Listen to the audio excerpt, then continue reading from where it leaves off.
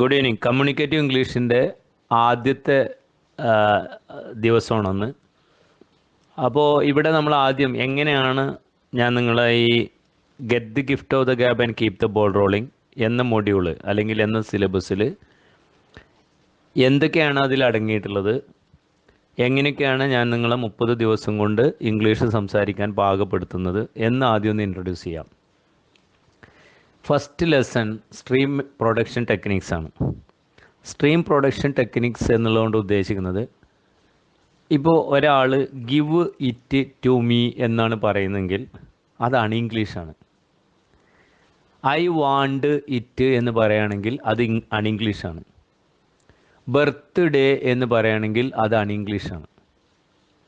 ഇതിന് പകരം give it to me, I want it, birthday, ഈ രീതിയിലാണ് നമ്മൾ സംസാരിക്കേണ്ടത്.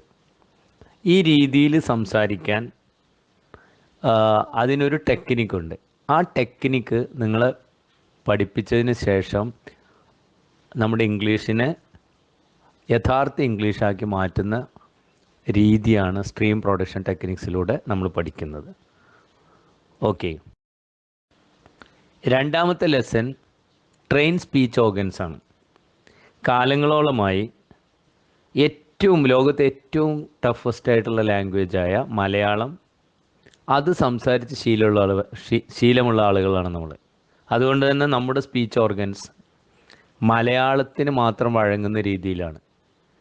ഏറ്റവും ഈസി ആയിട്ടുള്ള റിതമിക് ആയിട്ടുള്ള ഇംഗ്ലീഷ് ഭാഷയിലേക്ക് വരുമ്പോൾ നമ്മുടെ സ്പീച്ച് ഓർഗൻസ്, അതായത് നാവ്, നമ്മുടെ ചുണ്ടുകൾ, വായ, പല്ലുകൾ, ഇതൊന്നും ഈസി ആയിട്ടുള്ള ഇംഗ്ലീഷിൻ്റെ ലെവലിലേക്ക് വരാൻ കുറച്ച് പ്രയാസമാണ്. അപ്പോൾ അതിനുള്ള പ്രാക്ടീസാണ് ട്രെയിൻ സ്പീച്ച് ഓർഗൻസ് എന്ന ലെസണിൽ നമ്മൾ പഠിക്കുന്നത്. മൂന്നാമത്തെ ലെസണിൽ ഇംഗ്ലീഷ് സംസാരിക്കുന്നത് സാധാരണ 5 രീതിയിലാണ്. ഒന്ന് സ്റ്റേറ്റ്മെൻറ്റ്സ് ഓർ ആൻസേഴ്സ്.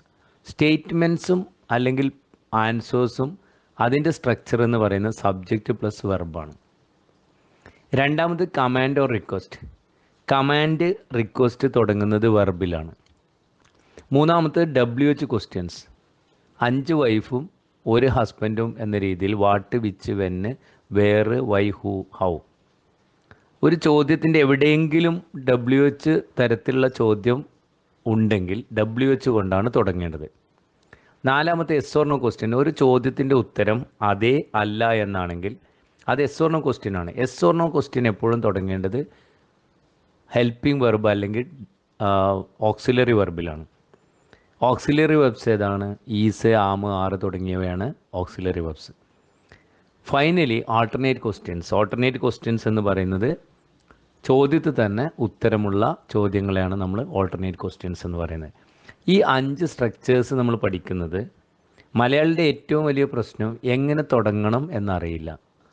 ആ തുടങ്ങേണ്ടതിന് ഈ 5 സ്ട്രക്ചേഴ്സിനെ കുറിച്ച് അറിഞ്ഞാൽ നമുക്ക് ആ ഒരു ബുദ്ധിമുട്ട് നമുക്ക് ഒഴിവാക്കാൻ കഴിയും. 5ാമത്തെ ലെസണിൽ നമ്മൾ പഠിക്കുന്നത് ടെൻസസിനെ കുറിച്ചാണ്. ഇംഗ്ലീഷ് ഭാഷ കൈകാര്യം ചെയ്യുമ്പോൾ ഗ്രാമർ ആവശ്യം ഇല്ല എന്ന് ചിലർ പറയാറുണ്ട്. പക്ഷേ ഗ്രാമറിന് പകരം ടെൻസസ് അനിവാര്യമാണ്. ഇന്നലെ സംഭവിച്ചത് ഇന്ന് സംഭവിക്കുന്നു എന്ന് പറയാൻ പറ്റില്ല. ടെൻസസ് നമ്മൾ സ്കൂളിൽ പഠിച്ചാണ്, പക്ഷേ അതിൻ്റെ മലയാളം നമുക്കറിയില്ല. മലയാളം അറിയില്ല എന്ന് പറഞ്ഞാൽ അതിൻ്റെ ഉപയോഗം അറിയില്ല. ഉപയോഗം ഓരോ ടെൻസസിൻ്റെയും, ഇപ്പോൾ സിമ്പിൾ പ്രസൻറ്റ് ടെൻസിന് 6 ഉപയോഗമുണ്ട്. അത് നമ്മൾ മലയാളത്തിലൂടെ സംസാരിക്കാൻ പോവുകയാണ്, മലയാളത്തിൽ പഠിക്കാൻ പോവുകയാണ്. 5ാമത്തെ ലെസൺ സിറ്റുവേഷണൽ ഇംഗ്ലീഷാണ്. ഓരോ സിറ്റുവേഷനിൽ എങ്ങനെയാണ് ഐഡിയ യൂണിറ്റ്സിനെ, വൊക്കാബുലറി അല്ല, അതായത് സിംഗിൾ വേർഡ്സ് അല്ല, വേർഡ് ഗ്രൂപ്പ്സിനെ എങ്ങനെയാണ് യൂസ് ചെയ്യേണ്ടത് എന്ന് പരിചയപ്പെടുത്തുകയാണ് സിറ്റുവേഷണൽ ഇംഗ്ലീഷ് കൊണ്ട് ഉദ്ദേശിക്കുന്നത്. 85% സാഹചര്യങ്ങളെയും നിങ്ങൾക്ക് ഞാൻ പരിചയപ്പെടുത്തി തരും. ആ സാഹചര്യങ്ങളിൽ ഉപയോഗിക്കേണ്ട ഡയലോഗുകൾ നിങ്ങൾക്ക് പരിചയപ്പെടുത്തി തരും. ബാക്കി 15% നിങ്ങൾ നിങ്ങളുടെ നിത്യജീവിതത്തിൽ ഉപയോഗിക്കുന്ന കാര്യങ്ങൾ നിങ്ങളിവിടെ വന്ന് പറയുക, അതിലൂടെ ഇമ്പ്രൂവ് ചെയ്യുക. അതാണ് situational English. Everyday English. Telephone ഉപയോഗിക്കുമ്പോൾ, ടെലിഫോണിൽ സംസാരിക്കുമ്പോൾ ഉപയോഗിക്കുന്ന English, banking English, business English, travel English, food and ഡ്രിങ്കുമായിട്ട് ബന്ധപ്പെട്ട ഇംഗ്ലീഷ്. ഇത് സ്ഥിരമായി ഉപയോഗിക്കുന്ന ഈ ഘട്ടങ്ങളിലെ ഇംഗ്ലീഷ് ഐഡിയ യൂണിറ്റ്സ് നമ്മൾ പരിചയപ്പെടുന്നു. ഫസ്റ്റ് ലെസണിലേക്ക് വരുമ്പോൾ സ്ട്രീം മേക്കിംഗ് ടെക്നീക്സ് ആണ്. എങ്ങനെയാണ് ഈ സ്ട്രീം മേക്കിംഗ് ടെക്നീക്സ് ഉണ്ടാക്കുന്നത്? എന്തിനാണ് stream making techniques? See, smart girl. ഇങ്ങനെ ഒരാൾ സംസാരിക്കുകയാണെങ്കിൽ അയാളുടെ സംസാരം ഇംഗ്ലീഷ് അല്ല, അത് അൺഇംഗ്ലീഷാണ്. സ്മാർട്ട് ഗേൾ എന്നുള്ളത് സ്മാർട്ട് ഗേൾ എന്നാണ് പറയേണ്ടത്. എങ്ങനെയാണ് സ്മാർട്ട് ഗേൾ സ്മാർട്ട് ഗേൾ ആയത്? ഹി വാസ് ആംഗ്രി എന്ന് പറയുകയാണെങ്കിൽ അത് അൺഇംഗ്ലീഷാണ്. He was angry. എങ്ങനെയാണ് വാസ് ആംഗ്രി ആയത്? ഇതിനൊരു നിയമമുണ്ട്. ഇംഗ്ലീഷിൽ ആൽഫബറ്റ് എന്ന് പറയുന്നത് 21 കൺസണൻസും 5 വവൽസും ചേർന്നതാണ്. AEIOU വവൽസ്, ബാക്കിയുള്ള അക്ഷരങ്ങളൊക്കെ കൺസണൻ്റാണ്. ഈ കൺസണൻറ്റും വവലും ചേർന്നതിന് ശേഷം മാത്രമാണ് ഒരു വേർഡ് ഗ്രൂപ്പ് വരുന്നത്. ഈ വേർഡ് ഗ്രൂപ്പിനെ വേർഡ് ഗ്രൂപ്പ് സെപ്പറേറ്റ് വേർഡ്സായി പഠിക്കുന്നതിന് പകരം ഒറ്റ വാക്കായിട്ട് സംസാരിക്കാൻ നമുക്ക് കഴിയണം. അർത്ഥവും നമ്മൾ അങ്ങനെയാണ് മനസ്സിലാക്കേണ്ടത്. അപ്പോൾ അതിന് നമ്മൾ മാറ്റുന്നത് വേർഡ് ജംഗ്ഷൻസിനെ നോക്കിയിട്ടാണ്. 4 തരം വേർഡ് ജംഗ്ഷനാണുള്ളത്. Consonant consonant vowel consonant. ഓരോന്നായിട്ട് നമുക്ക് ഡിസ്കസ് ചെയ്യാം. കൺസണൻറ്റ് ഹോട്ട് കേക്ക് എന്നാണ് ഒരാൾ പറയുന്നതെങ്കിൽ that means he doesn't know how to speak English. അത് പറയേണ്ടത് ഹോ കേക്കാണ്. എങ്ങനെ ഹോട്ട് കേക്കായി? നോക്കൂ, ഹോട്ട് കഴിഞ്ഞ് കേക്ക്, അതിനിടയിൽ ഒരു ജംഗ്ഷൻ. ആ ജംഗ്ഷനെ നോക്കിയിട്ടാണ് അതേത് വേർഡ് ജംഗ്ഷനാണ് നമ്മൾ തീരുമാനിക്കുന്നത്. ടി കൺസണൻ്റ് ആണ്, സി കൺസണൻ്റ് ആണ്. ആയതുകൊണ്ട് അത് കൺസണൻ്റ് വേർഡ് ജംഗ്ഷനാണ്. അവിടെ ചില ചേഞ്ചസ് വരുത്തിയിട്ടാണ് ഹോട്ട് കേക്ക് ഹോ കേക്ക് ആവുന്നത്. ഇനി അതേപോലെ കൺസണൻ്റ് വോവൽ നോക്കൂ, നോട്ട് ഓൾവേസ് ഒരാൾ പറയുകയാണെങ്കിൽ തെറ്റാണ്. അത് പറയേണ്ടത് നോട്ട് ഓൾവേസ് ആണ്. എങ്ങനെ നോട്ട് ഓൾവേസ് ആയി? സി, ടി കൺസണൻ്റ് ആണ്, എ വോവലാണ്. അപ്പോൾ അത് കൺസണൻ്റ് വോവലാണ്. കൺസണിൻ്റെ ടി എ മൊത്തത്തിൽ അപ്പുറത്തേക്ക് കൊണ്ടുവന്നു. നോട്ട് ഓൾവേസ് എന്നുള്ളത് നോട്ട് ഓൾവേസ് ആവുന്നു. ഡീറ്റെയിൽ ആയിട്ട് നമുക്ക് അതിനെക്കുറിച്ച് ഡിസ്കസ് ചെയ്യാം. Then vowel so also, O വോവലാണ്, എ വോവലാണ്. സോ ഓൾസോ എന്നൊരാൾ പറഞ്ഞാൽ അതാണ് ഇംഗ്ലീഷാണ്. അത് പറയേണ്ടത് സോ ഓൾസോ ആണ്. എന്ത് ചേഞ്ചസ് ആണ് നമ്മൾ അവിടെ വരുത്തുന്നത്? ഡീറ്റെയിൽ ആയിട്ട് സംസാരിക്കാം. Finally vowel consonant go to words. O vowel, T consonant, go to words. നോക്കൂ, ഇനി നമ്മൾ ഡീറ്റെയിൽ ആയിട്ട് ഓരോന്നിനെ കുറിച്ച് പഠിക്കുകയാണ്. Consonant function. Consonant word junction വരുമ്പോൾ ഇംഗ്ലീഷിൽ 26 അക്ഷരമാണ് നമ്മുടെ ഇംഗ്ലീഷ് ആൽഫബറ്റ് എങ്കിലും അതിൽ 53 ഉച്ചാരണങ്ങളുണ്ട്. ഈ ഉച്ചാരണങ്ങൾ ബേസ് ചെയ്തുകൊണ്ടാണ് ഓരോ പാരഗ്രാഫിലും ഞാൻ വേർഡ് ഗ്രൂപ്പിനെ സെറ്റ് ചെയ്തിട്ടുള്ളത്. ഓരോ വേർഡ് ഗ്രൂപ്പിലെയും ഓരോ പാരഗ്രാഫിലും ഞാൻ എൻ്റെ പുസ്തകത്തിൽ നിങ്ങൾക്ക് ആയിരക്കണക്കിന് വേർഡ് ഗ്രൂപ്പ്സ് തന്നിട്ടുണ്ട്. അതെല്ലാം കൂടി നമ്മളിവിടെ ചർച്ച ചെയ്യുന്നില്ല. പകരം ഓരോ പാരഗ്രാഫിലും ഓരോ ലൈന് ഞാൻ നിങ്ങൾക്ക് വായിച്ചു തരാണ്. നിങ്ങൾ വീട്ടിൽ പോയിട്ട് ഇത് കണ്ണാടിയുടെ മുമ്പിൽ നോക്കിയിട്ട് നിങ്ങൾ 3 പ്രാവശ്യമെങ്കിലും റിപ്പീറ്റ് ചെയ്യണം. എന്തിനാണ് റിപ്പീറ്റ് ചെയ്യുന്നത്? നമ്മൾ വായിക്കുമ്പോൾ വളരെ ഈസി ആയിട്ട് വായിക്കുന്നുണ്ട് എന്ന് നമുക്ക് മനസ്സിലാവും. പക്ഷേ നിങ്ങൾ ആ വേർഡുകളുടെ കൂട്ടത്തെ ഒറ്റ വാക്കായിട്ട് സംസാരിക്കുമ്പോൾ നമുക്കത് ഈസി ആയിട്ട് ഫംബ്ലിംഗ് ഇല്ലാതെ വായിക്കാൻ കഴിയില്ല. കാരണം നമ്മളത് പ്രാക്ടീസ് ചെയ്തിട്ടില്ല. ഒന്നാമത്തെ ഉദ്ദേശം. രണ്ടാമത്തെ ഉദ്ദേശം, നമ്മൾ വാക്കുകളല്ല സംസാരത്തിൽ ഉപയോഗിക്കുന്നത്, വാക്കുകളുടെ കൂട്ടങ്ങളാണ്. അപ്പോൾ വാക്കുകളുടെ കൂട്ടങ്ങളുടെ അർത്ഥം നമ്മൾ ഇതോടൊപ്പം പഠിക്കേണ്ടതുണ്ട്. ഞാൻ ഓരോന്നായിട്ട് വായിക്കുകയാണ്. ടോപ്പ് പോർഷൻ അല്ല, ടോപ്പ് പോർഷൻ, മുകളിലെ ഭാഗം. സ്ലിപ്പ് ബാക്ക് അല്ല, സ്ലിപ്പ് ബാക്ക്, പിറകിലേക്ക് വഴുതി വീഴുക. റൈപ്പ് ടൊമാറ്റോ അല്ല, റൈപ്പ് ടൊമാറ്റോ. കീപ്പ് ഡ്രൈവിങ് അല്ല, കീപ്പ് ഡ്രൈവിങ്. അവിടെ 2 കാര്യം നമ്മൾ പഠിക്കാനുണ്ട്.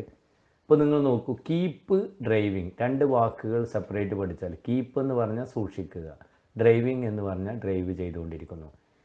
അപ്പോൾ ഇംഗ്ലീഷ് അറിയാത്തവൻ, സ്പോക്കൺ ഇംഗ്ലീഷ് അറിയാത്തവൻ, കമ്മ്യൂണിക്കേറ്റീവ് ഇംഗ്ലീഷ് അറിയാത്തവൻ കീപ്പ് ഡ്രൈവിങ് എന്നുള്ളതിൻ്റെ അർത്ഥം പറയുന്നത് സൂക്ഷിച്ച് ഡ്രൈവ് ചെയ്തുകൊണ്ടിരിക്കുന്നു അല്ല. കീപ്പ് ഡ്രൈവിങ് എന്ന് പറഞ്ഞാൽ അതിൻ്റെ അർത്ഥം ഡ്രൈവ് ചെയ്തുകൊണ്ടേയിരിക്കുന്നു. കീപ് സേയിങ് സംസാരിച്ചുകൊണ്ടേയിരിക്കുന്നു. കീപ് ലിവിങ് ജീവിച്ചുകൊണ്ടേയിരിക്കുന്നു. കീപ് ടോക്കിംഗ് സംസാരിച്ചുകൊണ്ടേയിരിക്കുന്നു. ഇതാണ് കമ്മ്യൂണിക്കേറ്റീവ് ഇംഗ്ലീഷിൽ, അതായത് സ്പോക്കൺ ഇംഗ്ലീഷും റിട്ടൺ ഇംഗ്ലീഷും തമ്മിലുള്ള വ്യത്യാസം. Next cheap chair. Cheap chair അല്ല, cheap chair. Stop joking. Stop joking. Stop joking തമാശ പറയൽ നിർത്ത്. സ്റ്റോപ്പ് സെയിങ് പറയൽ നിർത്ത്. സ്റ്റോപ്പ് കിഡിങ് കളിപ്പിക്കൽ നിർത്ത്. സോ അപ്പോൾ പി വരുമ്പോൾ പ എന്ന ഉച്ചാരണം വരുമ്പോൾ എന്താണ് ചെയ്യേണ്ടത് നമ്മൾ മനസ്സിലാക്കി. അടുത്തത് ബാൺ.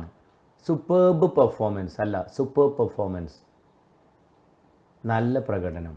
മോബ് ബിക്കം അല്ല, മോ ബിക്കം ആൾക്കൂട്ടമായിത്തീരുന്നു. Bribe to no, bribe to കൈക്കൂലി കൊടുക്കുക. ജോബ് ഡ്യൂറിങ് അല്ല, ജോബ് ഡ്യൂറിങ് അതിനിടയ്ക്കുള്ള ജോലി. മോബ് ചേസ്ഡ് അല്ല, മോബ് ചേസ്ഡ് ആൾക്കൂട്ടം പിന്തുടർന്നു. ഇനി ടി വരുമ്പോൾ ക്വയറ്റ് പ്ലീസ് അല്ല, ക്വയറ്റ് പ്ലീസ്.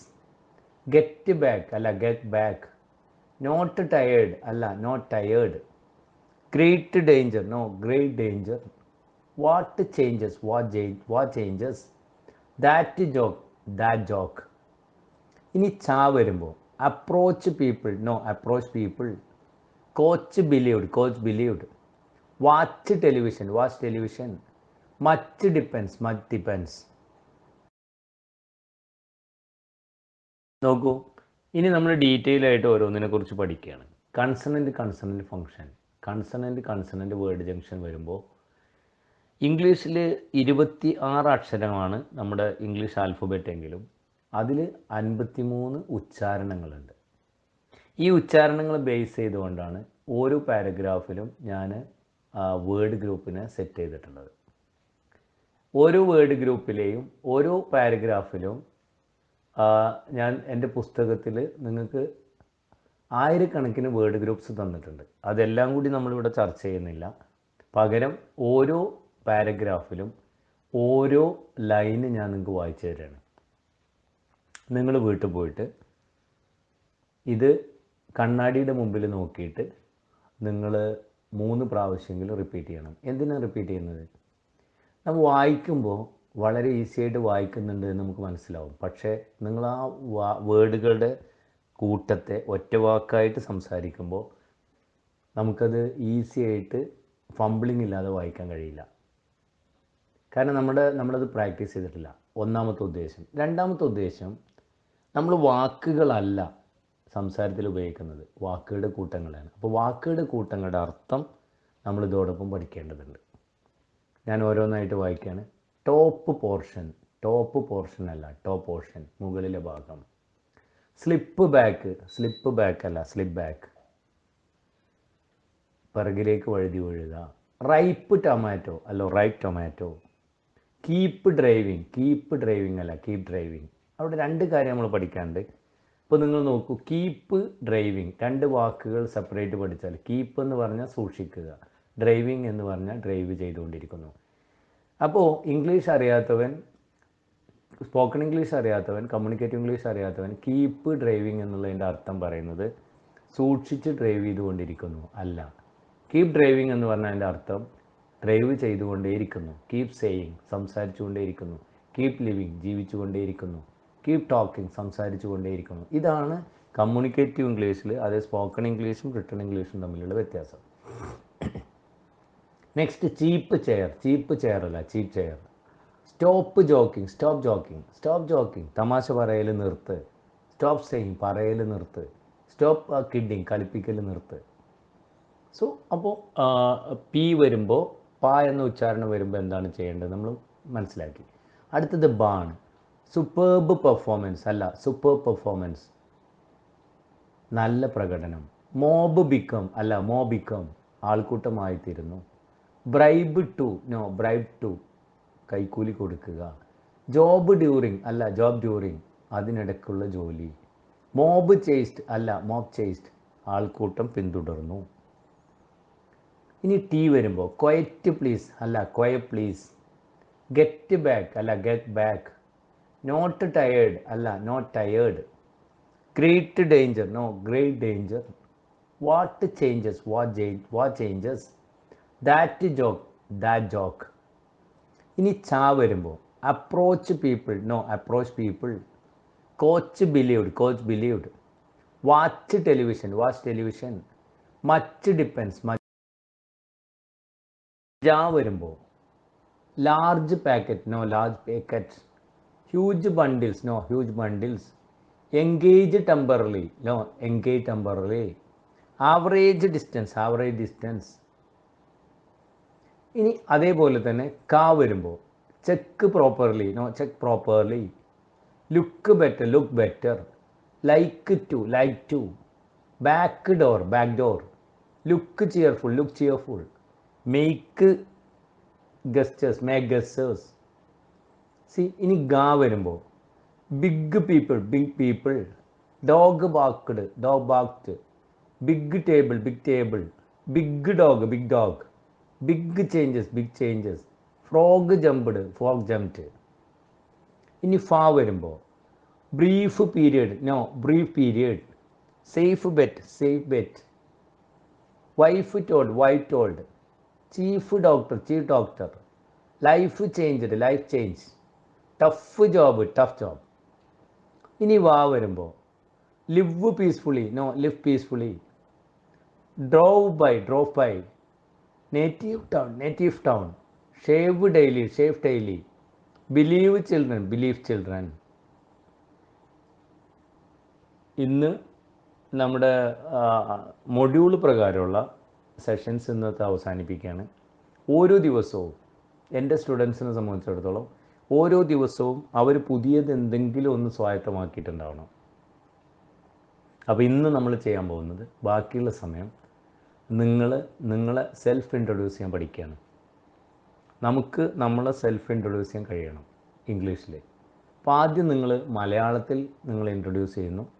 അതിനുശേഷം നിങ്ങൾക്ക് എന്തെങ്കിലും ബുദ്ധിമുട്ട് ഇംഗ്ലീഷിൽ പറയാനുണ്ടെങ്കിൽ അത് നിങ്ങൾക്ക് ഞാൻ ഇംഗ്ലീഷിൽ പറഞ്ഞു തരുന്നു. അറിയാത്തവർ അത് എഴുതി വെക്കുന്നു. കാരണം നമ്മുടെ ഒരു മാഗ്ന കാർട്ടയാണ്. നമ്മുടെ ലൈഫ് എപ്പോഴും നമുക്ക് അറിയേണ്ട ഒരു കാര്യമാണ് നമ്മുടെ ഇൻട്രൊഡക്ഷൻ എന്നുള്ളത്. അപ്പോൾ ഇന്ന് നമ്മൾ ചെയ്യുന്നത് നമ്മുടെ സെൽഫ് ഇൻട്രൊഡക്ഷൻ ഇംഗ്ലീഷിൽ ചെയ്യാണ് ഓരോരുത്തരായിട്ട്. നമുക്കത് സ്റ്റാർട്ട് ചെയ്യാം. Thank you. അത് കഴിഞ്ഞതിന് ശേഷം നാളെ അടുത്ത സെഷൻ ഇതേ സമയത്ത് നമുക്ക് വീണ്ടും തുടരാം. Thank you.